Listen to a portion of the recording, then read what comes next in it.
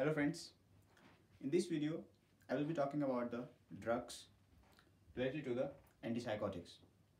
In previous video, as you all know, we have already discussed about the psychosis, that why the antipsychotics are used for the psychosis. Then we discussed about the schizophrenia, what is schizophrenia, about the positive and negative symptoms of schizophrenia, and about some differences between the typical and atypical antipsychotics. The typical works on the positive symptoms of schizophrenia, whereas the atypical drugs works on the negative symptoms of schizophrenia.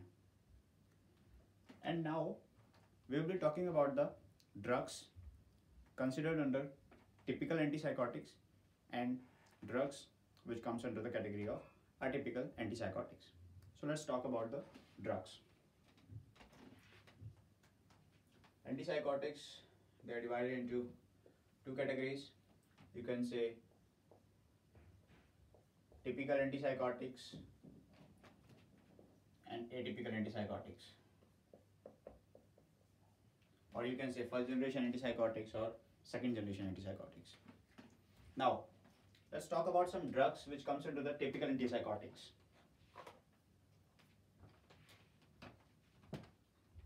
First one is very popular, chlorpromazine.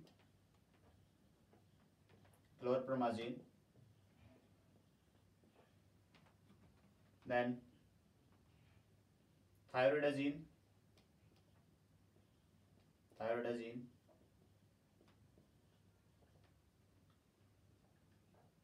prochlorperazine,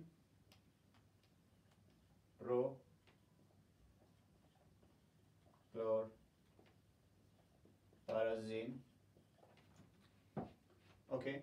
Then trifluperazine,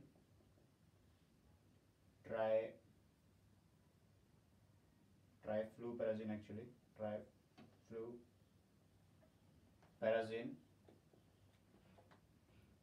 Then fluphenazine,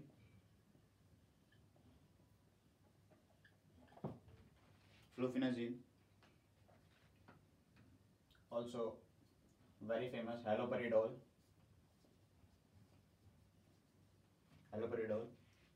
and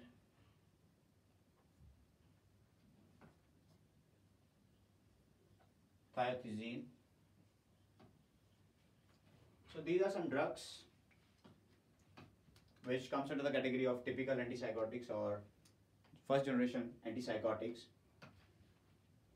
I have mentioned here about the few and more commonly using drugs nowadays as far as typical antipsychotics are concerned. Among these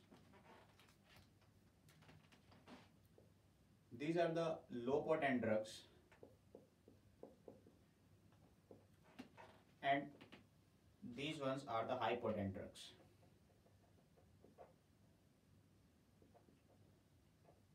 Now you must be thinking that what is low potent and what is high potent drugs. Actually, low potent drugs means the higher concentration is needed for any therapeutic use, as well as in the high potent drugs means much less amount of dose is needed for getting the particular therapeutic efficacy. So in the low potent we need the higher concentration of dose, and for the high potent we need the lower concentration of dose. So these are the differences between the low potent and high potent. So chlorpromazine and the thyroidazine, they are the low potent antipsychotics, typical antipsychotics, and prochlorperazine, trifluperazine, fluphenazine, haloperidol, thiazide. So these are the highly potent drugs. Among low potent, chlorpromazine is more famous one, and among the highly potent, haloperidol is the most famous typical antipsychotic. Now if you can see over here, they all are ending with the azine. Like most of them, they are ending with the azine. If you will see anywhere that the drug is ending with the azine, that means it's gonna be the antipsychotic drug. So this is the way you can easily identify the antipsychotic. Now, this was about the typical antipsychotics. In previous video, I have already talked about the therapeutic uses that they can be used in, of course, schizophrenia or psychosis. As they are antipsychotics, they can be used in nausea and vomiting too. But if you will give them before the symptoms of nausea and vomiting, they would be much more helpful rather than after having the symptoms. Now, let's talk about the atypical, that what drugs comes into the category of atypical antipsychotics. So now let's talk about it.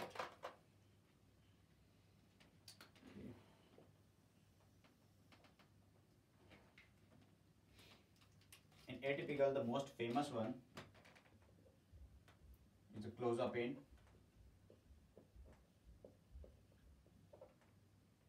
olanzapine,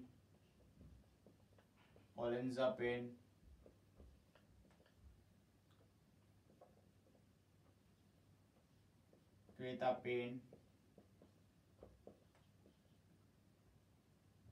ziprasidone,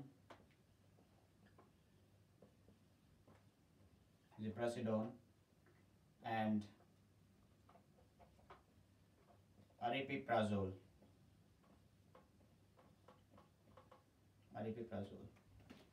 So here you will see that they are ending with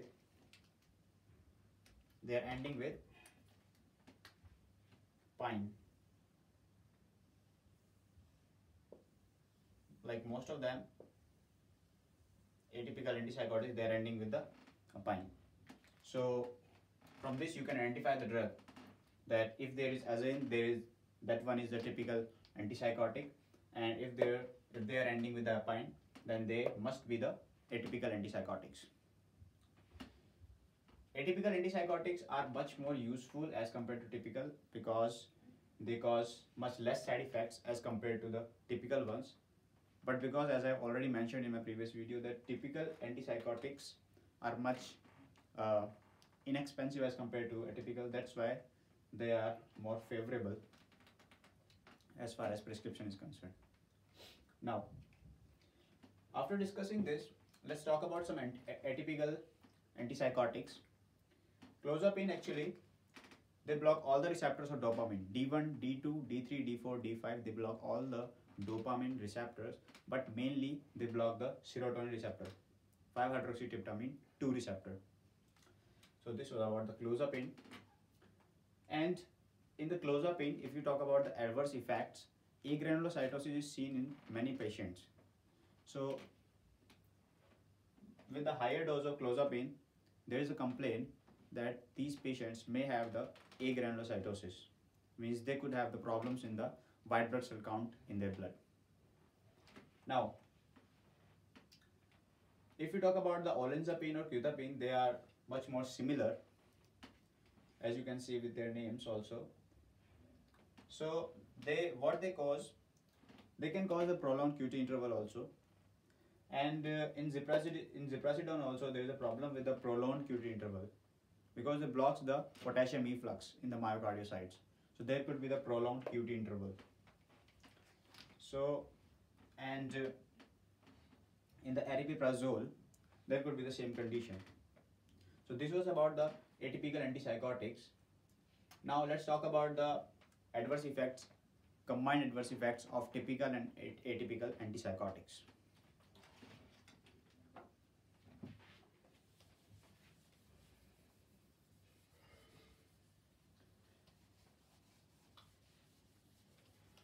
About the therapeutic uses, we have already talked about that what could be the indications for the antipsychotics in the schizophrenic patients or psychotic patients, as well as nausea and vomiting. They can be used as antiemetics too. However, we have other drugs for the emesis, that is vomiting, but they can also be helpful in the emesis.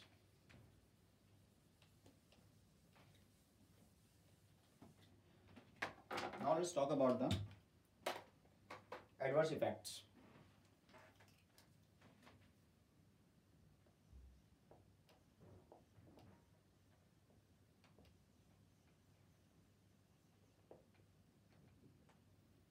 Adverse effects of antipsychotics. Now, in these patients, there could be sedation, as they can block some histamine receptors too, so they can cause some sedative symptoms, especially in the case of clozapine. Sedation, they can cause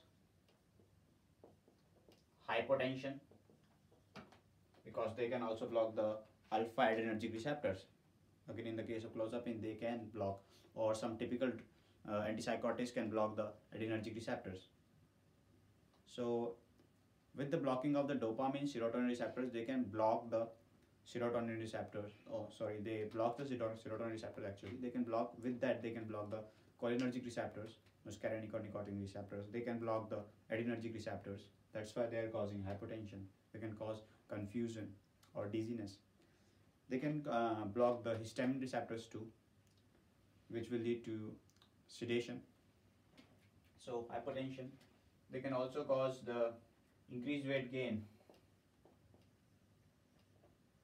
More typically is seen with the atypical antipsychotics.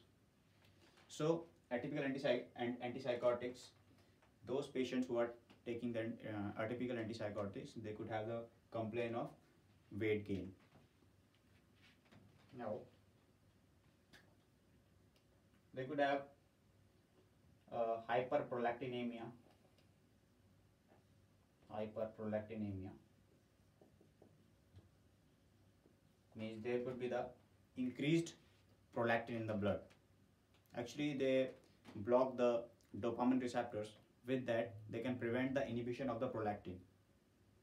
So there should be the particular inhibition of the prolactin in our hypothalamo-pituitary system. But what they do, as they are blocking the dopamine receptors, they prevent the inhibition of the prolactin, which leads to higher concentration of prolactin in the blood. So again, the patients who are on the atypical antipsychotics, they have the complaints of hyperprolactinemia, or they may have the complaints of hyperprolactinemia. Also, they could have confusion or delirium, again, as they can block the adrenergic receptors, so there could be the confusion, much more obvious symptom. Also, they can cause agranulocytosis, more often seen with the overdoses of clozapine. As I already mentioned here, that clozapine overdose can cause the agranulocytosis, which means there could be the increased white blood cell counts in the blood of such patients. Agranulocytosis. Also, some fluctuation of the autonomic activities by the blocking of the cholinergic receptors. What one? Which one? Like, there could be the dry mouth, urinary and fecal retention, urinary and fecal retention. Okay, and you can see some more anticholinergic effects also. Also, there will be the dry eyes, xerostomia, xerophthalmia. Okay, xerophthalmia. So there could be the anticholinergic effects too, as they can block some cholinergic receptors, some muscarinic receptors. So this was about the adverse effects. That what could be the adverse effects of typical and atypical antipsychotics. Now, with the overdoses of such kinds of drugs, antipsychotics, they could have more severe. One is the more severe one, that this is more fatal, that it can lead to death also. Which one is it? This is the neuroleptic syndrome, because antipsychotics are also known as neuroleptics. So this is the neuroleptic syndrome or malignant hyperpyrexia. So what is it? Let's talk about this, because it is worth mentioning over here to talk about malignant hyperpyrexia or neuroleptic syndrome.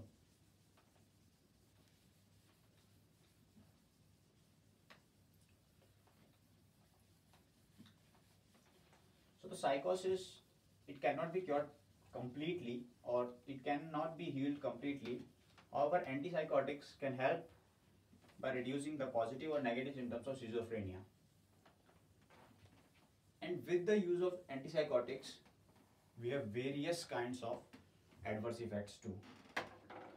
So the disease is not cured properly or disease is not healed properly, and with that too we have various kinds of side effects. So let's talk about the malignant hyperpyrexia or neuroleptic syndrome. Neuroleptic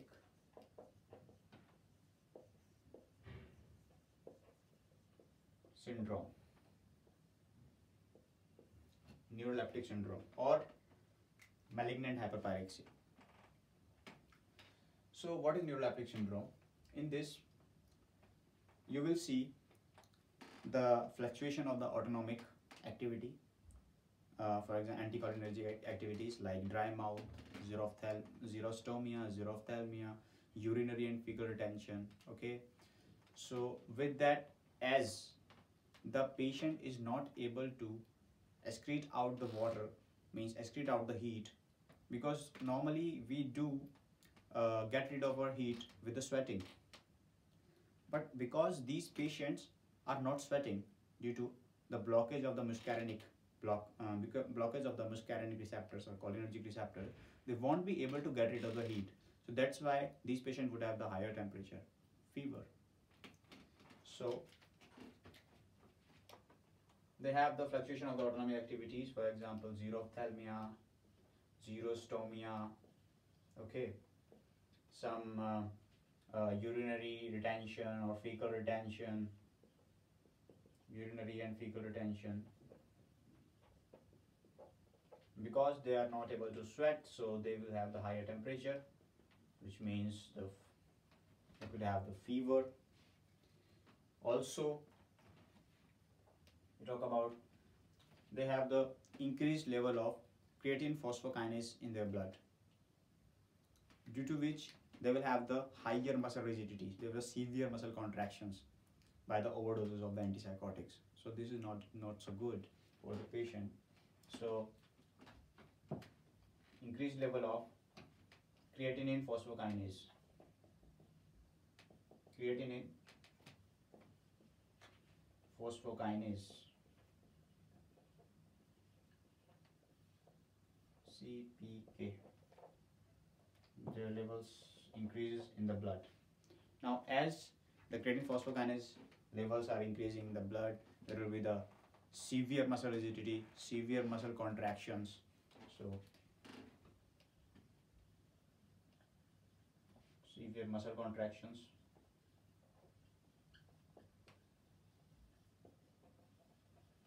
Muscle contractions, muscle rigidity increases. Muscle rigidity also increases. Okay. Also, creatine phosphokinase is increasing in the blood. There will be the breakdown of the muscles, as there are the severe muscle contractions in our body. So in these kinds of patients, so there could be the breakdown of muscles, which can be seen, myoglobin, which can be seen in the urine of the patient. So the urologist will take the urine of such patients, and they will find the urine black in color, but they are not finding any RBCs in them or any RBC cast in the urine, but the color of the urine is black. Why? Because myoglobin is present in urine. Myoglobin is breaking down from the muscles and is coming into the urine. So myoglobinuria. Myoglobinuria.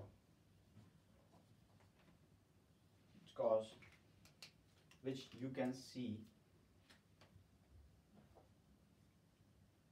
black urine color. Black urine color. Okay, so these are such symptoms of the neuroleptic syndrome or malignant hyperpyrexia, that if these symptoms are coming, or these symptoms are seen in the patient, that which means that they it could have the neuroleptic syndrome, and this is much more severe in antipsychotic patients. Now this was all about the antipsychotics. In the previous video, I have already discussed about the typical and atypical differences. In this video, I just talked about the drugs of the antipsychotics and some adverse effects of both typical as well as atypical antipsychotics, and about the neuroleptic syndrome, which is more very much important as far as the adverse effects of neuroleptics or antipsychotics are concerned. I hope you like this video.